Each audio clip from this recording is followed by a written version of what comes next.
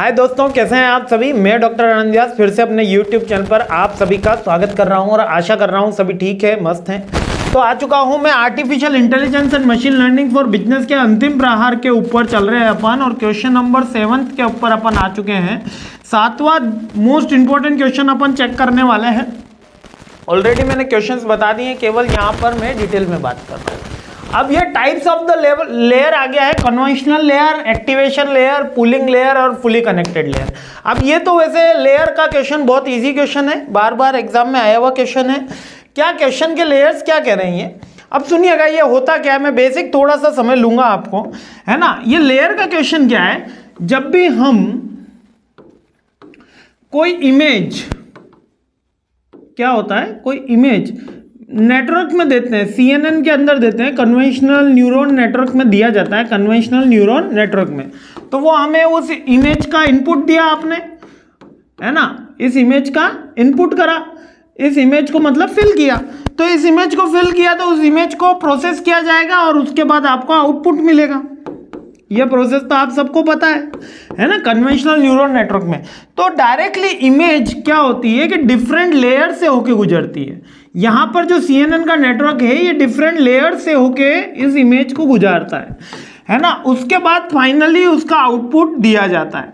तो ये डायरेक्टली पहला तो मन के अंदर क्वेश्चन आना चाहिए कि सर ये 1 2 3 और ये आउटपुट, एक एग्जाम्पल के लिए जो इमेज है उसको क्लस्टर किया जाता है, यानी इमेज को इसके अंदर देंगे, फिर ये यहां से जाएगा, ये यहां से जाएगा और यहां से आपको आउटपुट मिलेगा।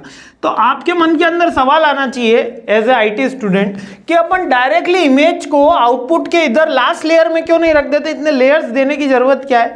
पहला कि एक तो उसमें टाइम प्रोसेसिंग कम हो जाता है जब अपन मल्टी लेयर्स में काम कर रहे होते हैं, क्योंकि आपको पता है इमेज पिक्सल के थ्रू जाती है। जैसे 25x25 की इमेज होगी तो 625 की इमेज अपन को उसके अंदर जाएगी, 28x28 की जाएगी तो 728 की अपन को इमेज जाएगी पिक्सल्स की।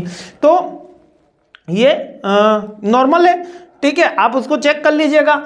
अब ये जो इमेज अगर अपन डिफरेंट लेयर से देते हैं, एक तो ये एक्सपेंसिवनेस कम हो जाती है और दूसरा अपना प्रोसेसिंग टाइम बढ़ जाता है। इसलिए जो न्यूरल नेटवर्क की इमेजेस होती हैं, न्यूरल नेटवर्क के अंदर जब प्रोसेसिंग होती है तो ये डिफरेंट लेयर्स में जाती हैं। यही सारी लेयर्स पूछी जाती हैं, है ना। जो भी आपने बेसिक थ्योरी पढ़ रखी थी उसको मैंने एक बहुत ही बेसिक लेयर में बताया। इसमें जो फर्स्ट लेयर होती है वो कन्वेंशनल लेयर्स होती है। अब ये कन्वेंशनल लेयर क्या करती है, ये क्या करती है, ब्लॉक्स में बताती है अपने न्यूरल नेटवर्क को, और ये क्या करती है, डिटेक्ट करती हैं और इंडिकेट करते हैं आपके उस रिजल्ट को कि ये चीज ये है।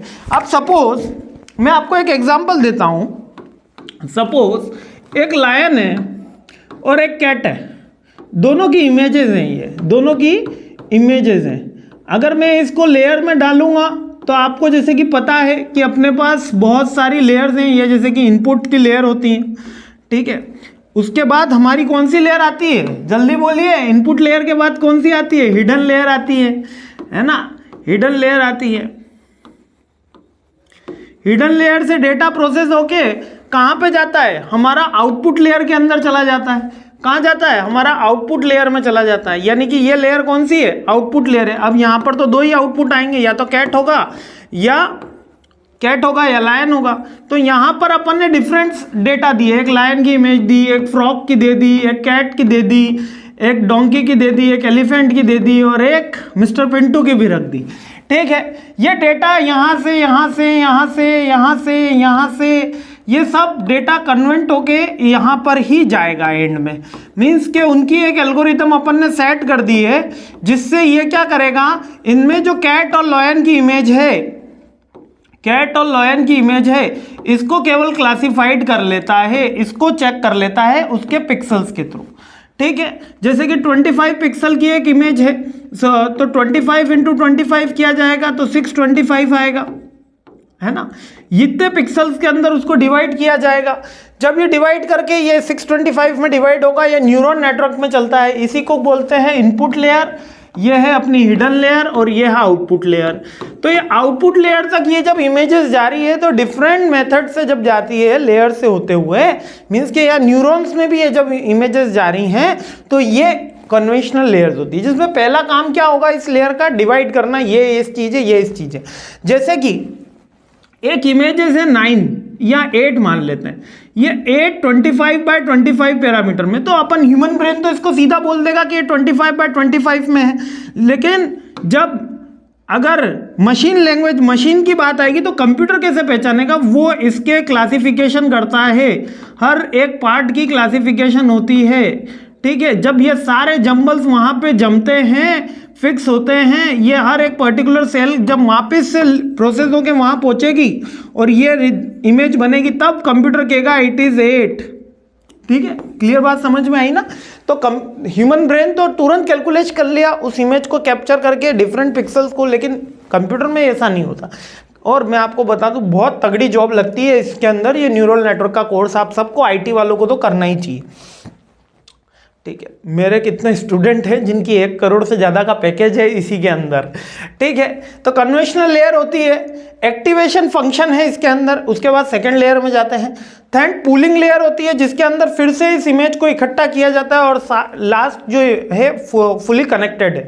अब इसके बेसिक थ्योरी भी अपन देख लेते हैं, ठीक है। ये इसका प्रोसेस के अकॉर्डिंग ही लिखा हुआ है। फर्स्ट लेयर ये है, सेकेंड लेयर ये है, थर्ड लेयर ये है, और फोर्थ लेयर ये है।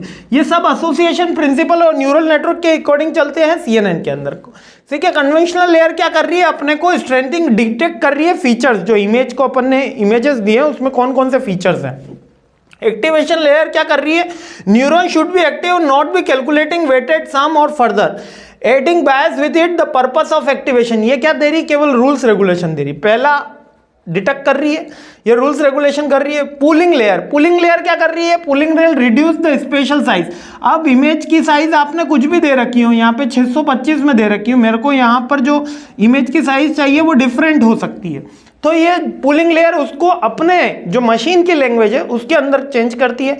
और fully connected layers are connected neurons one layer to every neuron is another layer is the same traditional is the multi layer perceptual neural network the flit, ठीक है। Same वही आपने जब उसको कनेक्ट कर दिया तो उसको रिप्रेजेंट कर दिया। सबसे पहला डेटा इनपुट किया गया कन्वेंशनल लेयर में, जिसमें उसका डाइवर्सिफिकेशन हुआ।